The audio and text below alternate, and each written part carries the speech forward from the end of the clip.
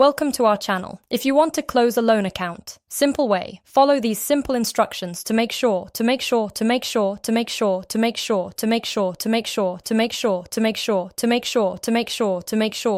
everything is properly set up and works correctly. Step 1. Open your web browser or mobile app and navigate to the relevant platform or website. Be sure to make sure you're logged in with your account credentials if required. Step 2. Locate the main menu or settings section. Look for the option related to your task, usually found in the top navigation bar or sidebar menu. Step 3. Navigate to and click on the appropriate section or tab, where you can access the specific feature or tool you need for this process. Step 4.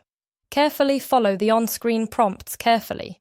Enter any required information such as amounts, addresses, or account details, accurate and correct, and correct and correct and correct and correct and correct and correct and correct and correct and correct and correct and correctly to avoid errors. Step 5. Thoroughly review all the information you've entered before proceeding. Double-check that everything is correct to prevent any issues or delays.